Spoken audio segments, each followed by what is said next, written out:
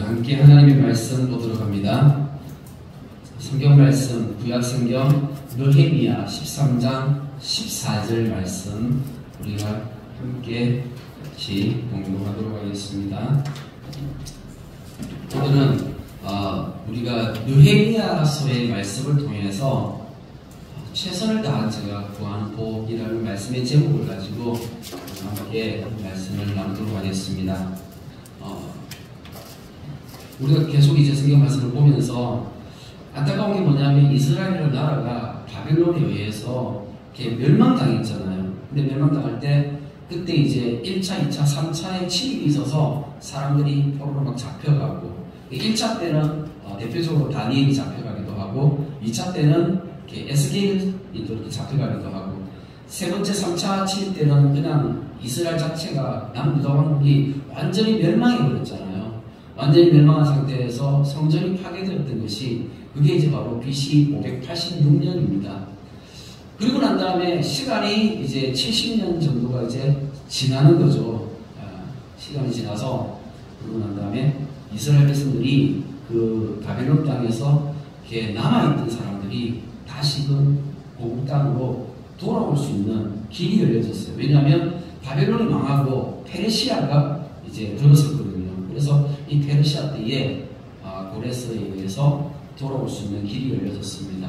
그래서 1차, 2차, 3차 세 번의 이제 귀환하는 어떤 그런 내용이 성경 말씀 가운데 나오는데 1차 때 돌아왔을 때가 그게 이제 537년이에요. BC 537년이고 그때 1차 때 돌아왔을 때 스룹바벨이라는 사람을 통해서 스룹바벨이 이제 지도자가 되어가지고 많은 유다 포로들을 데리고 돌아왔습니다. 그리고 난 다음에 2차 때가 이제 에스라가 이제 사람들을 데리고 왔었죠. 그게 BC 458년이에요. 그리고 3차 때는 스룹바벨입니다. 스룹바벨이 이제 돌아왔던 그 시기가 BC 445년이에요. 이렇게 1차, 2차, 3차에 걸쳐가지고 돌아오게 되는데 1차 때 스룹바벨이 돌아와가지고 뭘 했냐면 성전을 세웠어요. 그러니까 BC 586년도에 성전이 파괴되어졌잖아요. 성전이 파괴되어져가지고 그래서 어떻게 했어요? 이스라엘 백성들이 돌아와서 제일 먼저 했던 것이 바로 성전을 다시금 세우는 작업이었어요. 파괴되고 무너진 그 성전을 다시금 세우는데 성전이 재건된 그 해가 BC 516년이었어요. 놀랍게도 성경에서 이미 예레미야서 같은 이런 성경 말씀에서 예언하고 있잖아요. 하나님께서 너희가 70년 만에 다시금 돌아오게 될 거다라고 하나님께서 약속하셨는데 성전이 언제 파괴되었었어요? BC 586년이죠. 그런데 성전이 언제 다시 세워졌어요? 516년이에요. 정확하게 70년 만에 그렇게 하나님께서 성전이 세워질 수 있도록 인도해 주셨습니다. 그래서 성전이 파괴되어지고 성전이 다시금 무너지는 그 성전이 회복되어지는데 70년 이건 전부 다 구약 성경에 이미 예언되어져 있었던 그 말씀들이 그대로 성취가 되어진 것이죠. 2차 때에 에스라가 이제 돌아와서 뭐 했냐면 성전은 이제 세워졌는데 바벨론에서 포로 생활하던 그 사람들이 돌아와가지고 하나님 말씀대로 살지를 못하는 거예요. 그래서 에스라가 하나님의 말씀을 가르쳐가지고 이스라엘 백성들이 하나님의 말씀대로 살 수 있게끔 말씀을 가르치고 했던 그런 작업을 이제 에스라가 했었죠. 자, 그리고 난 다음에 3차 때에 스룹바벨이 돌아와서 했던 일이 뭐냐면 성벽을 재건하는 작업이었어요. 성벽을 재건한다는 게 좀 이해가 안 됐을 수도 있는데 성벽은 뭐냐면 이런 거예요. 그림을 보시면 이해가 잘 되실 겁니다. 지금 뭐냐면 당시 스룹바벨이 돌아와서 쌓았던 성벽 그림이에요. 그러니까 처음에 이스라엘 백성들이 돌아와가지고 뭐 만들었다고요? 성전을 다시 지었다고요. 그러니까 그림을 보시면 성전이 엄청 크죠, 그죠? 그다란 성전이 있습니다. 근데 성전이 있는데 그 성전 중심으로 해가지고 사람들이 그냥 흩어져서 그러니까 띄엄띄엄 사람들이 그냥 조금 살고 있었던 것이죠. 그런데 이 느헤미야가 돌아와가지고는 성벽을 다시 쌓아서 어떻게 해요? 그러니까 도시를 만든 거죠. 그러니까 다시 옛날 그 예루살렘 도시처럼 그렇게 성벽을 다시금 쌓아서 성벽을 재건하는 이 역할을 했던 사람이 느헤미야라는 것입니다. 근데 왜 성벽을 쌓았을까? 그 이유가 있죠. 뭐냐면 기본적으로 성벽이라는 것은 옛날에 지금 우리가 살고 있는 이 시대랑은 좀 다르죠. 예. 옛날에는 성벽이 쌓여져 있어야지 보호가 되잖아요. 외적으로 침입으로부터 보호를 받을 수 있잖아요. 성벽이 없으면 그냥 자다가 강도떼들이 와가지고 그냥 덮쳐도 그냥 무방비로 당하는 거잖아요. 그런데 성벽이 있으면 그 성 안에는 보호를 받을 수 있거든요. 그래서 성벽은 굉장히 중요한 역할을 하는 것이고, 거기다가 예루살렘 같은 경우는 사실 하나님께서 특별히 구별하여서 세우신 하나님의 도성이에요. 그리고 이 예루살렘은 예루살렘을 중심으로 해서 하나님께서 하나님의 나라라는 개념을 주셨거든요. 그러니까 당연히 이거는 하나님께서 다스리시는 신정국가인데, 그런데 외부 세계와의 어떤 그런 경계선의 어떤 역할로 이 성벽은 굉장히 중요한 의미를 가지고 있는 거예요. 그런데 이런 이 느헤미야가 돌아와서 세웠던 이 성벽이 지금 이 시대를 살아가는 우리에게, 우리는 지금 벌써 수천 년이 지난 후에 지금 우리가 이 시대에서 저 사람들을 바라보고 있는 거잖아요. 이게 2500년 전이거든요. 2500년 전의 그 역사를 우리가 지금 보면서 저 성벽이 우리한테 어떤 의미가 있는가? 의미가 있죠. 왜냐하면 성전이 먼저 우리에게 주는 의미는 뭐냐면, 성전이 뭐예요? 성전이라는 것은 하나님께서 거하시는 장소를 성전이라는 거예요. 그러니까 예루살렘에 성전을 세웠던 것은 하나님이 세우라는 자리에 이스라엘 백성들이 거기에다 성전을 세웠고 거기서 제사를 지냈는데, 제사는 다른 데서는 드릴 수가 없어요. 반드시 예루살렘에 있는 그 성전에서만 제사를 드릴 수 있는 거예요. 그 외에 다른 데서는 제사를 드려도 하나님이 받지도 않으실 분들은 제사를 드릴 수도 없는 것이었죠. 그러니까 성전의 개념은 하나님이 거하시는 곳이에요. 그런데 지금은 이런 성전이 없잖아요. 이미 다 파괴돼서 그런 거 없습니다. 그러면 지금 이제 그럼 성전의 개념이 뭐예요? 뭐가 성전의 개념이죠? 바로 내가 성전인 거예요. 내가 하나님의 성전이 되어서 하나님의 성령께서 내 속에 거하심으로 내가 성전이 되는 거거든요. 그러면 내가 이제 성전이 되는 것인데, 지금 이제 이 이스라엘 백성들이 포로로 잡혀갔다가 세 번의 기한을 통해서 우리에게 주는 메시지가 있는 거예요. 첫 번째, 성전을 재건하고, 두 번째는 뭐였어요? 에스라가 돌아와서 하나님의 말씀을 가르치는 거예요. 그러니까 이거는 순서가 이렇게 되는 거예요. 뭐냐면 내가 예수님 믿는 거예요. 내가 예수님 믿게 되면 하나님의 성령께서 내 속에 들어오셔서 예수님이 내 속에 거해가지고 내가 성전이 되는 이 작업. 내가 이제 구원을 받는 그 역사가 우리 안에서 일어나잖아요. 이게 이제 첫 번째 작업인 거예요. 두 번째는요, 내가 이제 예수님 믿게 되면 그 다음에 해야 되는 게 뭐예요? 에스라가 하나님의 말씀을 가르쳤던 것처럼 우리가 이 성경 말씀을 배우고 익히면서 내가 하나님에 대해서 알게 되고 좀 더 알게 되고, 그리고 하나님 말씀을 통해서 내가 예수님 믿는 사람은 하나님 믿는 사람은 이렇게 살아야 되는구나, 이거를 이제 배우게 되는 것이죠. 이게 이제 두 번째 작업인 거예요. 그리고 세 번째는 성벽을 재건하는 이 작업이 우리에게도 동일하게 적용되어져야 되는 거예요. 그러니까 성벽이라는 것은 이런 거예요. 뭐냐면 내가 하나님 믿고 하나님 섬기면서 내가 믿음 생활을 하게 되면 세상과 어떻게 돼야 돼요? 성도는 구별되어야 되잖아요. 그거를 다른 말로 우리 성경에 있는 용어를 뭐라고 하는 거예요? 거룩이라고 하는 거예요. 거룩. 그러니까 성도는 거룩해야 되는데 이 거룩이라는 것은 세상과 구별되는 거거든요. 그러니까 우리가 오늘 주일이에요. 주일날 우리 성도들은 교회에 나와서 예배를 드리는 거예요. 세상 사람들이 우리를 보면 쟤네들은 뭔데 저렇게 말도 없는데 저 가서 뭐하는, 이렇게 그냥 쳐다보면서 우리를 바라보고 있잖아요. 근데 우리는 여기 와서 예배를 드리면서 저 세상 사람들과 우리는 뭔가 이렇게 딱 구별되어져서 선이 딱 꺼져 있는 거예요. 나는 오늘 예배하는 날이기 때문에 오늘 주일날 예배드리러 오는 거야. 이 주일이라는 이 개념 자체가 우리에게 뭐가 되는 거예요? 성벽이 되는 거예요. 어떤 그런 내가 원하든 원치 않던 어떤 종교의 어떤 그런 울타리가 생기는데, 이게 바로 이제 우리가 교회로 모였기 때문에 이 교회가 하나의 울타리가 되어서 성벽의 역할을 감당하게 되는 것이죠. 그래서 이게 굉장히 중요한 것이에요. 느헤미야서를 잘 모르시는 분들이 계셔서 우리가 처음부터 이렇게 1장부터 좀 살펴보면서 느헤미야에 대해서 이야기를 좀 나누려고 합니다. 먼저 느헤미야는 어디서 태어났냐면 바벨론에서 태어났습니다. 포로로 잡혀가 아마 부모님이나 아니면 할아버지 할머니나 뭐 이런 이제 자기 이제 선조들이 포로로 잡혀갔겠죠. 그리고 그곳에서 바벨론에서 태어난 사람이 느헤미야입니다. 근데 이제 1장 2절에 보니까 내 형제들 가운데 하나인 하나니가 두어 사람과 함께 유다에서 내게 이르렀기로 내가 그 사로잡힘을 면하고 남아있는 유다와 예루살렘 사람들의 형편을 물은즉 그들이 내게 이르되 사로잡힘을 면하고 남아있는 자들이 그 지방 거기에서 큰 환난을 당하고 능력을 받으며 예루살렘 성은 허물어지고 성문들은 불탔다 하는지라 하면서 이제 그 느헤미야가 굉장히 궁금한 게 있었는데 그게 뭐냐면 이제 아까 우리가 바벨론 포로로 잡혀갔던 사람들이 이렇게 돌아오는 걸 봤잖아요. 1차, 2차, 3차. 근데 2차 때에 에스라를 통해서 많은 사람들이 또 이렇게 돌아왔거든요.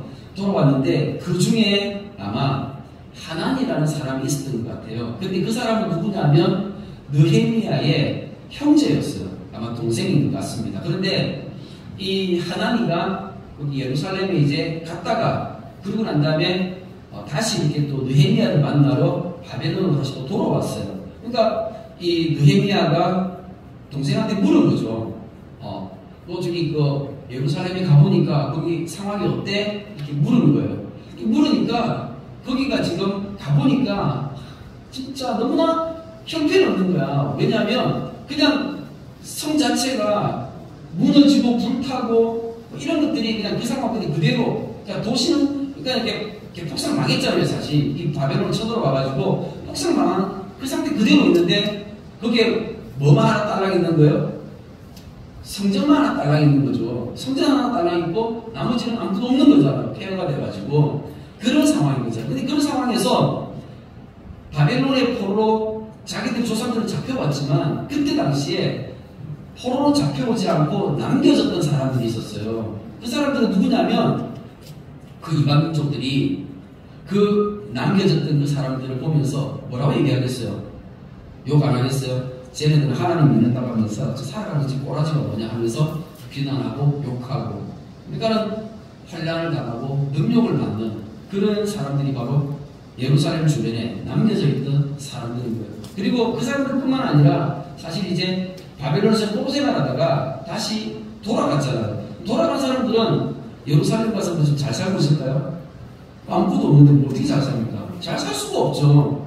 그렇잖아요. 그 사람들도 힘들고 이렇게 살아가는 그 형편은 마찬가지인 거죠. 그러다 보니까 예루살렘에 성전은 세워졌지만 사실 거기에 도시가 세워지지 못한 거예요. 성읍이 제대로 세워지지 못한 거예요. 그래서 사람들이 흩어져서 그냥 자기 집도 제대로 못 세우고 그냥 텐트 치고 성경에는 장막이라고 장막 천막 치고 있잖아요. 그렇게 살아가고 있는 사람들이. 그러니까는 그런 어떤 삶의 형편들을 들으니까 느헤미야의 그 마음 가운데 이 뜨거운 그러한 열정들이 확 올라오는 거예요. 그래서 느헤미야가 그 순간에 뭐 했는 줄 아십니까? 4절에 보니까 금식하며 기도했더라는 거예요. 슬퍼서 하나님 우리 민족이 왜 이렇게 됐습니까?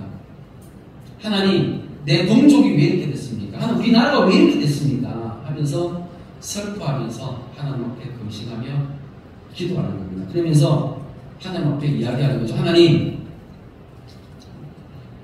나는 아무것도 아니지만 하나님 나를 사용하실 수 있으면 한번 나를 사용해 주세요. 하나님이 나를 사용해 주시면 그러면 내가 하나님 앞에 쓰임받는 그릇이 되어서 내가 저기 예루살렘으로 돌아가서 예루살렘의 성읍을 재건하는데 하는 내가 힘을 보태보겠습니다. 기도하는 거죠. 그렇게 기도하니까 한 4개월 정도 시간이 지났어요. 한 4개월 정도 딱 시간이 지나니까 하나님께서 그 기도에 응답을 하셨는데 그 기도의 응답이 뭐냐면 11절에 보니까 그때 내가 왕의 술관원이 되었느니라 하면서 갑자기 그 왕궁에서 인사이동이 있었어요. 그래가지고 이 느헤미야가 그때 당시 왕이 페르시아의 아닥사스다라는 왕인데 이 왕이 자기의 어떤 술 맡은 관원으로 이제 이 느헤미야를 이렇게 뽑은 거예요. 그렇게 세운 거죠. 그런데 이 왕의 술관원이 됐다는 것은 엄청나게 고위직 인사가 된 거예요. 왜냐하면 이 시대는 왕은 사실 언제 독살이 될지 모르는 그런 위험이 있었기 때문에 옆에서 술을 따르고 물을 따르고 음료를 따르면 그러면 이렇게 먼저 술관원이 한 잔 살짝 이렇게 손바닥에다가 이렇게 자는 이제 음료수를 이렇게 손바닥에 살짝 두고 가지고 맛을 보고 먼저 먹어보는 거예요. 혹시 독이 들어있는지 아닌지. 이게 그러니까 이렇게 아무나 얘기를 시키는 게 아니라 이 술 맡은 관원은 사실 자기가 신뢰할 수 있는 사람을 맡기는 거거든요. 그러니까는 느헤미야는 그 왕의 신뢰를 받고 있었던 사람이었어요. 그래서 하나님께서 그때에 느헤미야가 기도하니까 이렇게 하나님께서 그 자리를 하나님께서 만들어 주신 거예요. 그래서 기회가 온 거죠. 근데 이제 2장에 보니까 어느 날 어떤 일이 있었냐면 왕이 느헤미야의 얼굴을 딱 보는데 어찌하여 얼굴에 수심이 있느냐 하면서 이렇게 왕이 얘기를 하는 거예요. 사실은 왕의 얼굴에 수심이 있는지 없는지를 누가 살펴야 됩니까? 옆에 있는 신하가 살펴야 되는데 이게 반대로 된 거예요. 왕이 신하의 얼굴에 수심이 있는지를 살피는 그런 상황이 된 거죠. 그러면서 이야기를 하니까 이 느헤미야가 크게 두려워하면서 이렇게 대답을 하는 거예요. 뭐라고 대답을 하냐면 3절에 내 조상들의 요실이 있는 성읍이 이제까지 황폐하고 성문이 불타가지고 내가 얼굴에 수심이 없을 수가 없습니다 하면서 이렇게 조상들의 요실 얘기를 하는 거예요. 근데 참 이게 되게 말을 하더라도 지혜롭게 하지 않습니까? 이게 사실은 느헤미야가 이런 얘기를 할 수 있는 게 뭐냐면 이게 정권이 바뀌었기 때문에 그런 거예요. 원래 이걸 누가 무너뜨렸어요? 바벨론이 무너뜨렸잖아요. 근데 지금은 어떤 나라예요? 페르시아 제국이잖아요. 그러니까 페르시아 제국이 바벨론을 무너뜨리고 새로운 이제 정권이 들어섰기 때문에 이 느헤미야가 왕한테 이런 얘기를 할 수 있는 거죠. 이 페르시아 왕이었던 이 아닥사스다가 그 얘기를 들으면서 그렇지. 그러면은 네가 원하는 게 뭐야? 네가 원하는 게 뭐야? 딱 이렇게 물어보잖아요. 딱 물어보니까 그때 이 느헤미야는 하나님한테 어떻게 해요? 4절에 보니까 내가 곧 하늘의 하나님께 묵도하고 하면서 그 자리에 그냥 내가 바로 딱 얘기하는 게 아니라 찬스나 기회당해서 바로 얘기하는 게 아니라 먼저 입을 탁 닫으면서 하나님한테 먼저 잠시 이렇게 기도하는 거예요. 속으로 기도하는 거죠. 하나님, 내가 지금 기회를 잡았는데 이 기회를 잘 사용할 수 있도록 하나님, 내 입술에 하나님 좋은 말을, 선한 말을, 저 사람의 마음을 움직일 수 있는 그런 말을 담아주십시오 하면서 이렇게 기도하는 거죠. 지혜롭지 않습니까? 제가 배우고 싶습니다.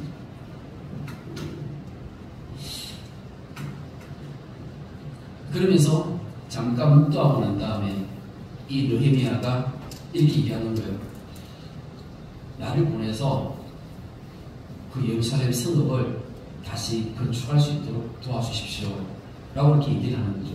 이 얘기를 하니까 왕이 그렇게 허락을 해주는데 그때 마치 6절에 보니까 그때 왕후도 왕 곁에 앉아있더라라고 얘기하는 거예요. 왕후가 왕 옆에 앉아있어요. 네가 원하는 게 뭐냐? 그러니까 제가 예루살렘을 다시 이렇게 재건을 하고 싶습니다. 성읍을 건축하고 싶습니다 하면서 그러면 갔다 오는데 너 뭐 얼마나 갔다 올래? 이렇게 물어봤겠죠. 그러니까 이제 이 기한을 정하는데 이 왕이 약간 허세 부리는 어떤 그런 이제 타이밍을 딱 만들어가지고 기한을 정하는데 몇 년을 정한 줄 아십니까? 12년을 줘. 12년. 12년이 짧습니까? 엄청 길잖아요. 그러니까 엄청나게 통 크게 딱 이렇게 쏠 수 있게끔 그렇게 느헤미야가 이야기를 하고 자기 고향을 모르지. 자기 고향이 아니죠, 사실. 자기 고향은 바벨론이잖아요. 근데 자기 이제 조상의 땅인 그 예루살렘으로 돌아가게 되는 것입니다. 가서 그곳에서 뭐 하는 거예요? 예루살렘 성벽을 세우고 그리고 성벽에서 이제 먼저 이렇게 그 안에 이제 이 마을을 새롭게 이제 만드는, 그러니까 예루살렘을 다시 재건하는 그 작업을 하게 되는 것입니다. 느헤미야는 지금 왕궁에서 세상의 중심이죠. 그 페르시아 제국의 그 왕궁의 세상의 중심에서 거기서 부귀 영화를 누리면서 잘 살고 있잖아요. 그런데 예루살렘은 정말 황폐한 곳이에요. 그 황폐한 곳으로 가가지고 그곳에서 진짜 고생 아닌 고생을 하게 되는 것입니다. 왜 이런 고생을 해요? 왜 이런 고생을 사서 해요? 엄청나게 고생을 하는데 그 내용들이 이렇게 나옵니다. 느헤미야 4장을 보니까 먼저 어떤 고생이 나오냐면 이 성벽을 쌓을 때 그때 이 성벽을 쌓는 것을 반대하는 세력들이 나오는 거예요. 대표적으로 산발랏이라는 사람이 나오고 도비아라는 사람이 나옵니다. 이 산발랏과 도비아가 막 그 성벽을 쌓는 것을 이렇게 비웃고 조롱하는 거예요. 이 사람들은 이방인들입니다. 이 사람들은 이제 그 주변에서, 그러니까 예루살렘 주변에 살고 있는 이방 민족인데, 이방인들이 다시금 이제 예루살렘 성읍이 세워지고 그렇게 다시금 이제 이게 도시화가 되면, 그러면 이방 민족들이 이걸 좋아할까요, 안 좋아할까요? 당연히 안 좋아하겠죠. 안 좋아하니까, 그러니까 이제 비웃고 조롱하는 그런 말들을 하는 거죠. 그러면서 도비아 같은 사람은, 야, 저 성벽, 니들이 성벽 만들어봤자 여우가 올라가도 무너진다. 예. 8절에 보니까 다 함께 깨하기를 예루살렘으로 가서 치고 그곳을 요란하게 하자 하면서 자기들이 이제 공격해가지고 그 이제 지금 막 공사하는 그거를 완전히 이제 못하게끔 막아보고 방해하려고 자기들도 나름 이제 계획을 잡아가지고 이제 이 방해 공작을 하기 위해서 체계적으로 이제 준비를 하고 있었어요. 자, 그런데 이 이야기가 느헤미야까지 들어갔습니다. 느헤미야까지 들어가니까, 그러니까 느헤미야가 여기에 대해서 준비를 하게 되는데 어떤 식으로 하냐면 17절에 보니까 한 손에는 일을 하면서 한 손에는 병기를 잡았다는 거예요. 여기 그림을 보면 보이시죠? 맨 왼쪽 끝에 보니까 한 사람이 짐을 지고 가는데 오른손에 뭘 들고 있어요? 활을 들고 있죠, 그죠? 그런 것처럼 한 손에는 일을 하면서 한 손에는 무기를 잡고 있는 거예요. 누가 저기 언제 어떻게 쳐들어올지를 모르니까 바로 쳐들어오면 어떻게 해요? 거기에서 맞고 대비를 해야 되니까 지금 이제 싸움을 준비해야 되니까 이렇게 하는 거잖아요. 이건 우리에게 영적으로 우리에게도 충분히 우리에게 주는 메시지가 있는 것입니다. 우리가 교회에서 믿음생활, 신앙생활 하는데 그냥 교회에서 믿음생활, 신앙생활 하는 것이 그냥 평탄하게 가는 게 아니잖아요. 언제든지 우리가 믿음생활, 신앙생활 하는 것을 무너뜨리기 위해서 눈에 보이지 않는 어떤 그런 영적인 전쟁들이 있기 때문에 우리가 한 손에는 뭘 들어야 돼요? 말씀을 들어야 되죠. 한 손에는 말씀을 들고 우리가 믿음생활, 신앙생활 하면서 또 한 손에는요, 무기를 들고 그 보이지 않는 영적 전쟁에 대해서 우리가 전쟁을 하면서 그렇게 우리가 대비해야 되는 것을 이 말씀 가운데서 우리에게 그대로 보여주고 있는 거예요. 근데 느헤미야는 이게 성벽 재건을 하면서 이 일을 그냥 하는 거예요. 양손 다 쓰고 힘들잖아요, 사실. 그렇지 않습니까? 이 공사를 하는데, 일을 하는데 양손 다 쓰고 힘든데 한 손에는 일을 하고 한 손에는 무기를 잡고 하는 것이 이게 쉽겠습니까? 힘들죠, 어렵죠. 그럼에도 불구하고 일을 할 때 이렇게 일을 했다라는 것입니다. 그리고 23절을 보니까 우리가 다 우리의 옷을 벗지 아니하였음이라고 하는 거예요. 옷을 벗는다는 것은 편안하게 쉰다는 거잖아요. 네. 그러니까는 옷을 벗지 않고 잘 때도 옷을 벗지 않고 쉴 새 없이 일을 하면서 이 전쟁 가운데서 그렇게 하나님께서 정말 나에게 주신 사명이라 생각하고 이스라엘 백성들에게 이야기하고 이스라엘 백성들을 잘 따라오게끔 그 사람들이 막 잘 따라오고 싶겠습니까? 그렇잖아요. 자기들도 얼마나 힘든데. 근데 그 힘들어하는 사람들을 지도해가지고 끌고 가면서 자기부터 먼저 솔선수범하면서 이런 일을 하는 것입니다. 5장에 보니까 또 다른 어려움들이 나오는 거예요. 그게 뭐냐면 6절 7절에 보니까 백성들의 부르짖음이 있었는데 그게 뭐냐면 이 백성들이 일단은 먹고 살아야 되잖아요. 성벽을 만드는데 중요한 것은 먹고 살아야 되는데 근데 이게 먹고 사는 문제가 해결이 안 되는 거예요. 먹고 사는 게 해결이 안 되면 그러면 사람들이 성벽에 가가지고 그 성벽 재건이 공사를 하는 것을 따라갈 수가 있겠습니까? 못 따라가서 어렵죠. 이걸 할 수가 없죠. 근데 막 귀족들이라든지 부자들이 이때가 기회다 하면서 어떻게 해요? 높은 이자를 받아가지고 자기들이 돈을 빌려주고 높은 이자를 받는 거예요. 그러니까는 백성들은 더 힘든 거예요. 더 고달파지는 거예요. 더 막 힘들어지니까 그때 느헤미야가 이 얘기를 듣고 난 다음에 엄청 화가 난 거죠. 얼마나 빡쳤겠어요. 안 그래요? 얼마나 화가 났겠어요. 지금 우리가 마음을 모아가지고 하나가 되어가지고 일을 해야 되는데 그런데 이 예루살렘 안에서 같은 민족들끼리 그 중에서 누구요? 부자들과 귀족들 이렇게 지도급에 있는 사람들이 뭐 하는 거예요 지금? 예. 너희는 너희 형제를 팔고자 하느냐 하면서 화가 나가지고 이런 이야기를 하는 거예요. 그러면서 야 이자 같은 거 받지 마. 어디 이자를 받고 하면서 그렇게 화를 내면서 이런 문제들을 해결해 나가는 것입니다. 그리고 자기부터 먼저 솔선수범하는데 그게 뭐냐면 자기가 12년 동안 그곳에서 예루살렘의 총독이 되어가지고 총독 생활을 하게 되는데 그 12년 동안 자기가 월급을 받지 않는 거예요. 총독의 독을 먹지 않는 거예요. 그러면은 느헤미야는 뭐 먹고 삽니까? 요즘처럼 무슨 은행이 있어가지고 저기 뭐 바벨론에다가 통장에 은행 뭐 돈 넣어놓고 여기서 그렇게 찾아가지고 은행에서 찾았으면 이런 것도 아니고 뭘 먹고 살겠어요? 자기가 월급 받잖아요. 근데 자기가 받는 이 월급이 총독의 돈이 어디서 나온 거예요? 백성들이 그 세금에서 나오는 건데 백성들이 그 세금을 내기 위해서는 더 힘들어지니까 자기가 그걸 안 받는 거예요. 자기가 안 받으면 그럼 느헤미야는 뭐 먹고 살아요?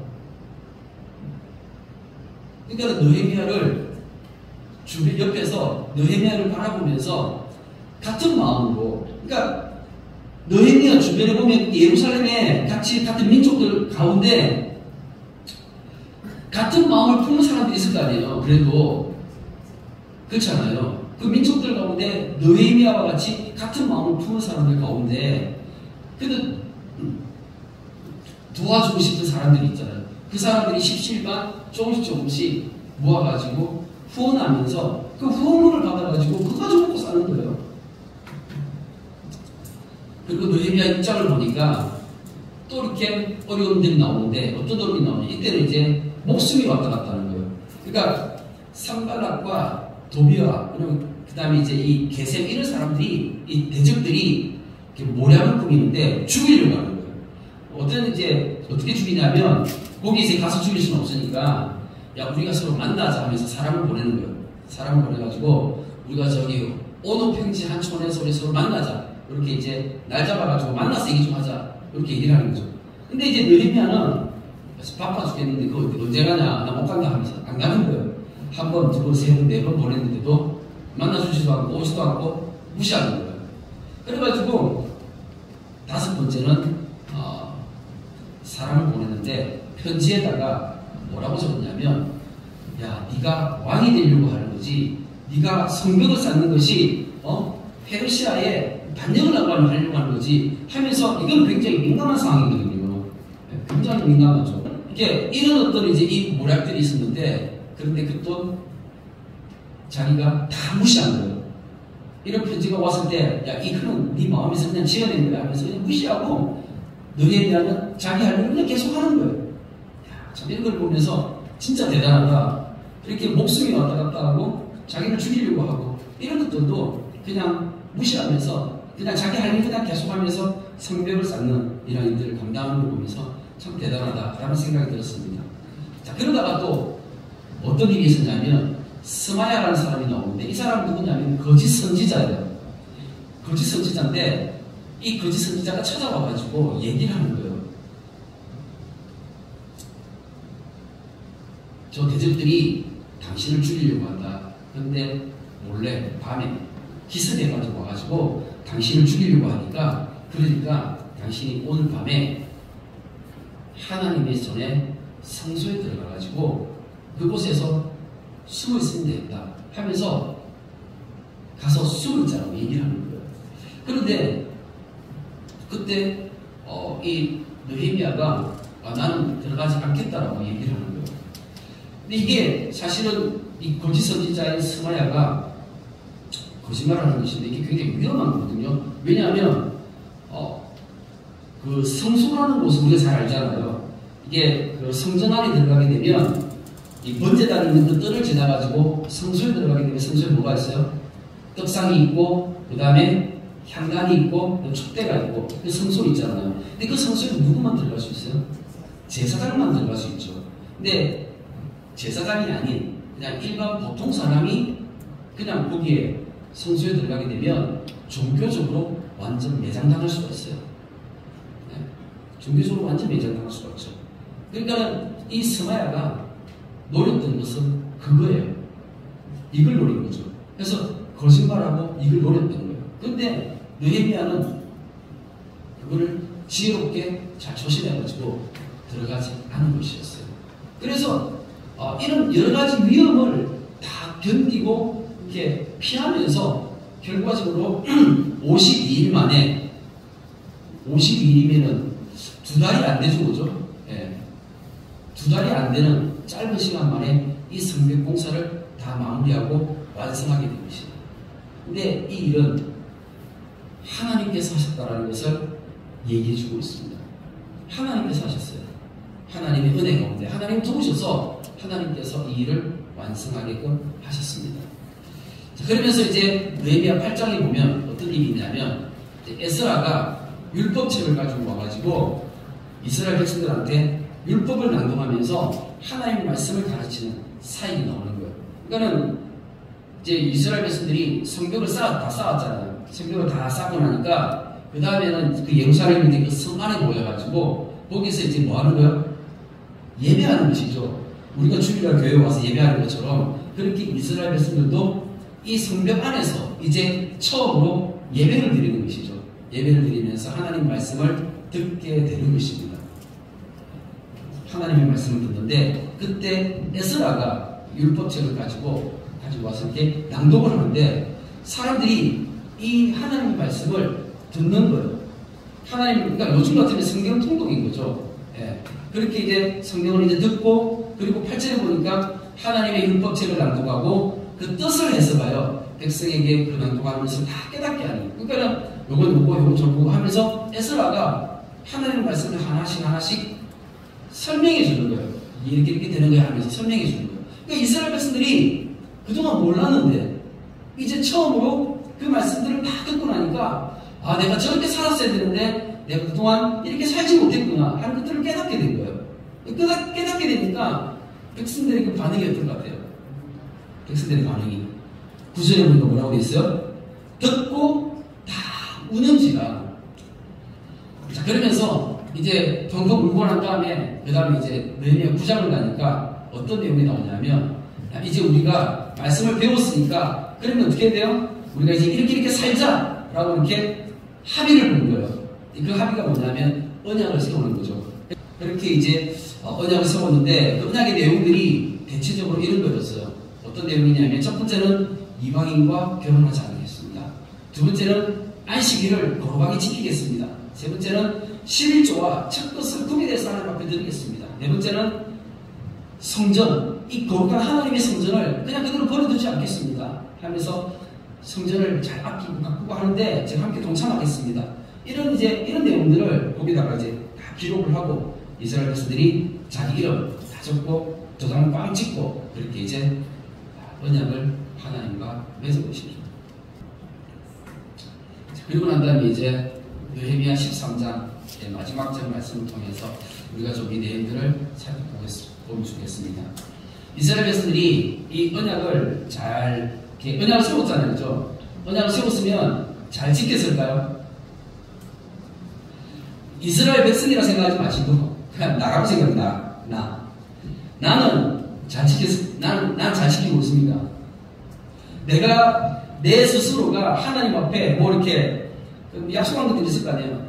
하나님, 나 이렇게 살겠습니다. 하나님 약속하고 그리고 시간이 지나면서 나 자신을 되돌아봤을 때 그런 것들이 있지 않습니까? 이스라엘 백성도 마찬가지였습니다. 이스라엘 백성들의 어떤 모습이 어땠는지 느헤미야 13장 말씀이 잘 나오는데요. 느헤미야가 그 예루살렘에 총독이 되어가지고 가서 거기서 몇 년 동안 있었다고요? 12년을 있었어요. 12년 있다가 그러고 난 다음에 이제 이 총독의 기한이 끝났잖아. 끝나면 어떻게 해야 돼요? 페르시아로 다시 돌아가야 되죠. 다시 돌아갔어요. 다시 돌아갔다가 그러고 난 다음에 이제 그 페르시아에 있다가 이제 아마 느헤미야의 마음 가운데 자기 이제 예루살렘에 대한 어떤 생각들이 계속 생각이 나니까 그러니까 이제 다시 이렇게 얘기를 하고 예루살렘으로 돌아온 것 같아요. 예루살렘에 이제 자기가 이제 그 페르시아 갔다가 돌아온 게 뭐 이게 하루 이틀만 돌아올 수 있는 거리도 아니고 그럴 시간도 아니잖아요. 그러니까는 아마 1년, 2년, 3년 정도 지난 후에 돌아온 것 같습니다. 아마 한 2, 3년 정도 지나서 돌아온 것 같아요.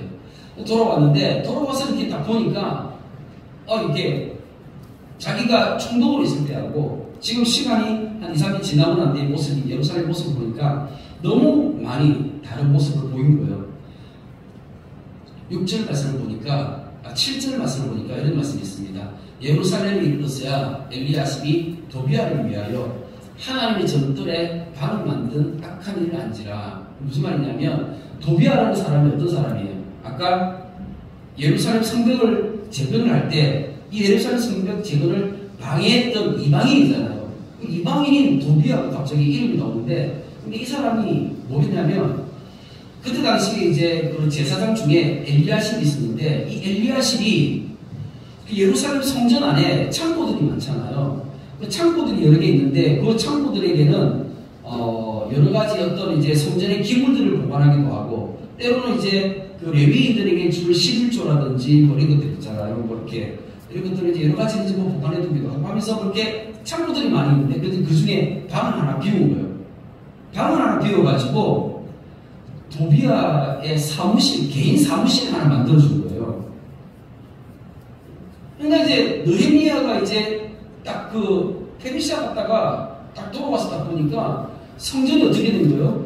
지금 아니 성전에 그 방 하나가 이방인에게 지금 넘어가가지고 성전이 지금 그럼 어떻게 된 거예요?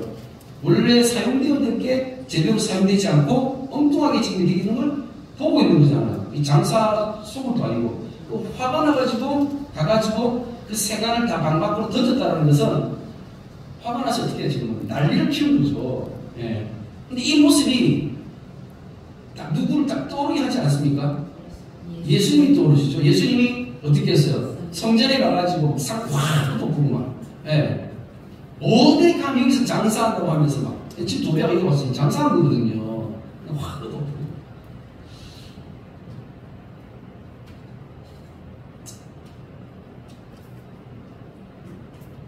그 다음에 10절에 보니까 내가 또 알아본즉 레위 사람들이 받을 몫을 주지 아니하였으므로 그 직무를 행하는 레위 사람들과 노래하는 자들이 각각 자기 밭으로 도망하였기로 하면서 이 보니까 이렇게 성전에 보니까 성전에서 원래 이렇게 일해야 될 레위 사람들이 있잖아요. 근데 이 레위 사람들이 다 도망가 버린 거예요. 예를 들면 이런 거죠. 교회를 봤는데 교회에 목사님들이 전도사님들이 다 도망가 버렸어요. 왜요? 교회에서 사례비를 안 줬대.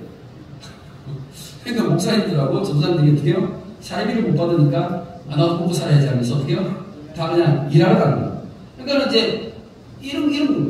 그러니까 11조를 성도들이 이렇게 이 이스라엘 백성들이 11조를 내면 그 11조를 가지고 레위 사람들한테 나눠줘가지고 레위 사람들을 먹고 그거 생활하면서 성전에서 일을 해야 되거든요. 근데 레위 사람들이 다 도망가 버린 거예요. 이스라엘 백성들이 11조를 안 내니까. 그러니까 이제 화가 난 거죠. 그 다음에 또 16절에 보니까 두로 사람이 예루살렘에 살며 물고기와 각종 물건을 가져다가 안식일에 예루살렘에서도 유다 자손에게 팔기로 하면서 그러니까 이 안식일 문제가 나오는 거예요. 그러니까 뭐냐면 이방인들이 예루살렘 이 성읍 안에 성벽 안에 들어와가지고 여기서 안식일날 장사를 하는 거예요. 예루살렘 성 안에서.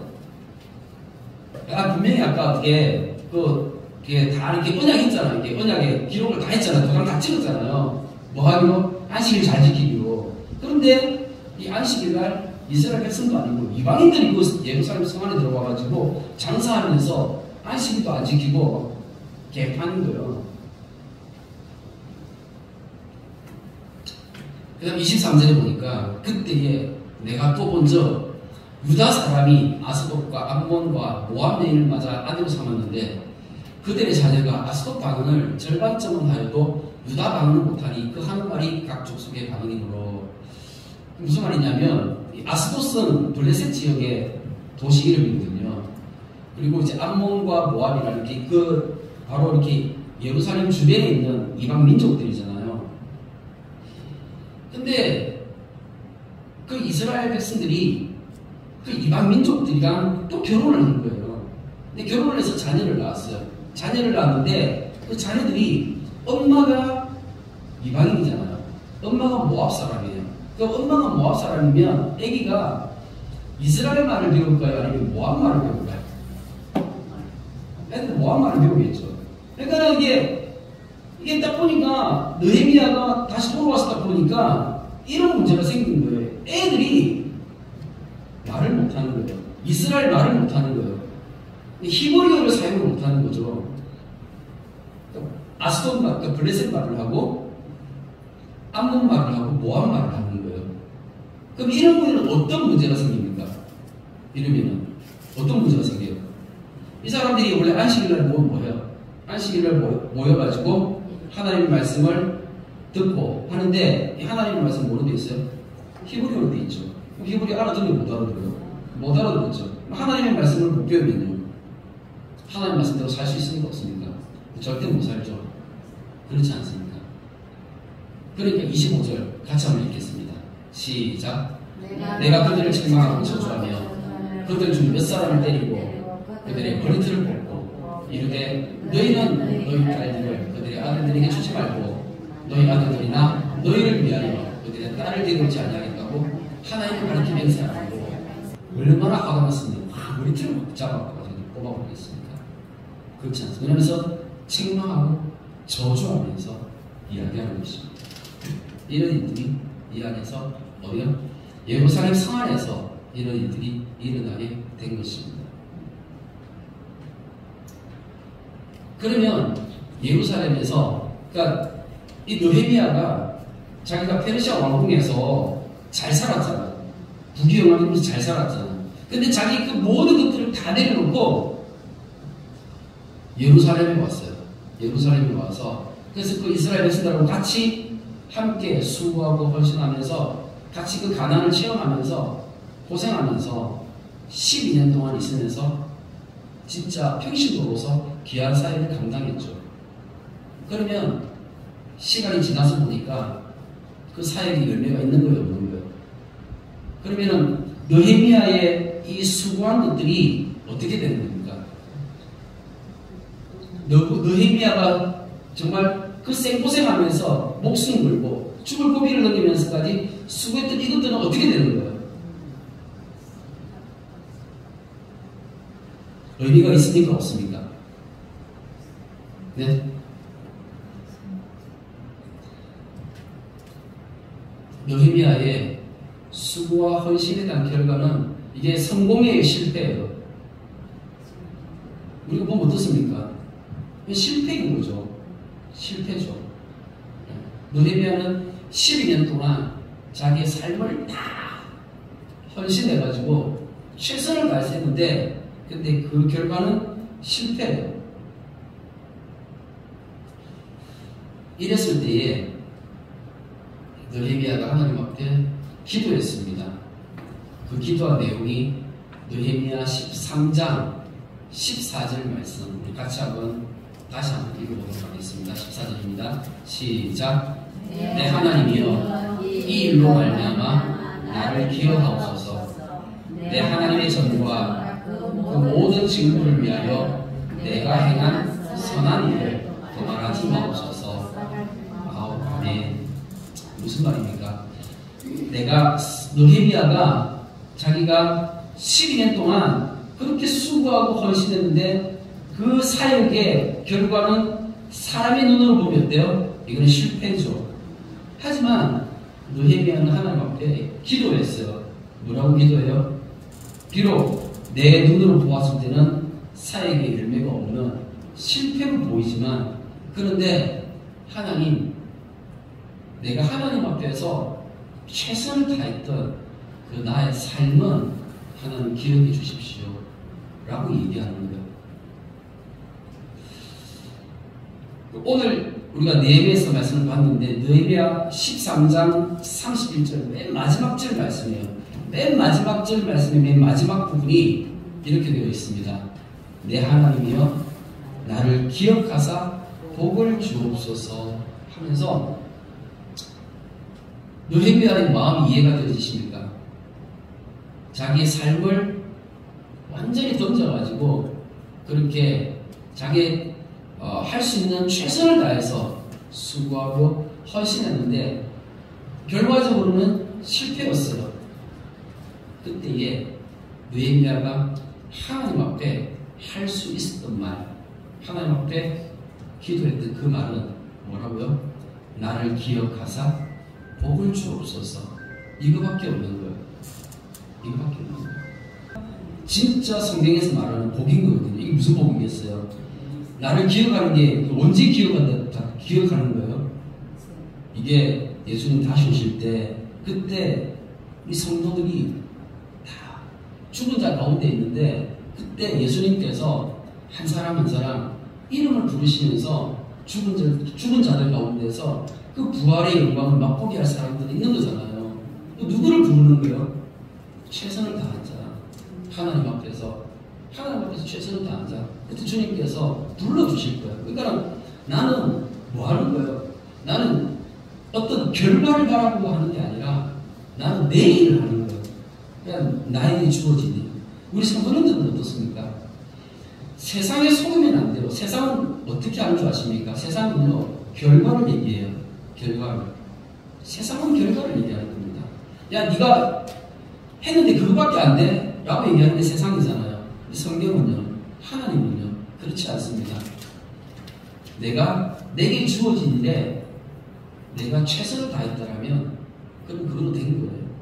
결과는요, 성공이든 실패든 상관이 없는 거예요. 왜냐하면 하나님이 하시는 거거든요.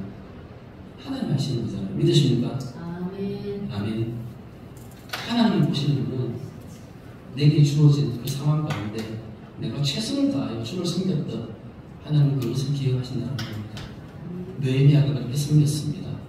그때 느헤미야가 내 하나님이여 나를 기억하사 복을 주옵소서. 주님 다시 오실 그때에 주님께서 내 이름을 기억하시고 내가 잠든 자 가운데, 죽은 자들 가운데 있을 때 내 이름을 부르시면서 일어나라 불러주실 줄 믿습니다. 우리에게 주어진 것은 부활과 영생의 복인 것입니다. 이 복을 우리 주님의 교사들 모두가 다 한 사람 한 사람이 다 함께 누리시기를 축복합니다. 아멘. 아멘.